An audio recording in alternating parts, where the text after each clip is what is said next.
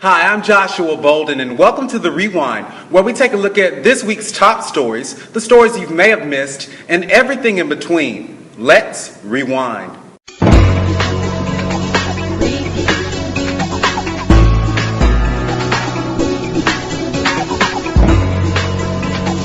First up, taking a look across the pond.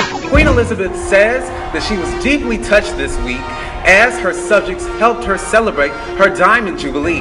That's 60 years on the throne. She called the events, ranging from a parade on Thames River to a celeb-filled concert, humbling, and gave thanks on behalf of herself and her husband to all who helped organize the 4-day celebration. Her husband, Prince Philip, missed part of the celebration while being hospitalized with a bladder ailment. Turning across country now, Tupac made his return. Now the king is back in the building. Digital Domains, the company that debuted the Shakir hologram at Coachella this year, says it's now working on a virtual Elvis. Now this Elvis will make appearances from movies to TV to other venues. Now as to whether we'll see a young, hip-thrusting Elvis or the more seasoned Las Vegas version remains to be seen. Ed Olbridge, Chief Creative Officer at Digital Domains, told MTV News this week, "We'll just have to wait and see."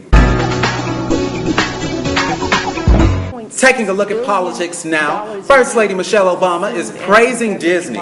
The company, in efforts to help children eat healthier, is limiting its junk food advertisements in exchange for healthier ones. Kids see an estimated $1.6 billion a year worth of food and beverage marketing.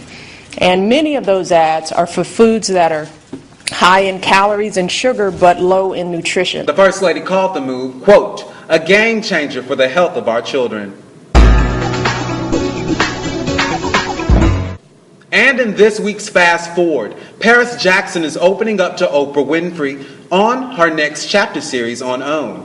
Paris talks about the passing of her father and life with Michael Jackson. She explains now that she's older, she understands why she and her siblings had to cover their faces. Do you remember when you were little, younger, and when you would go out in public, like your face would be covered and you would be like secluded from the public?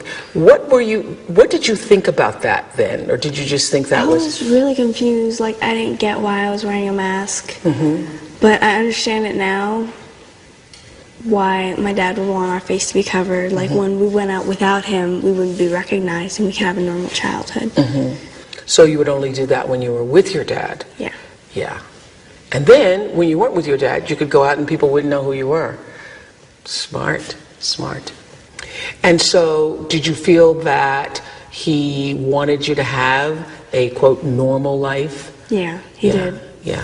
And that's a wrap for this week's Rewind. Thanks for pressing play and tuning in. I'm Joshua Bolden, and I'll see you next week.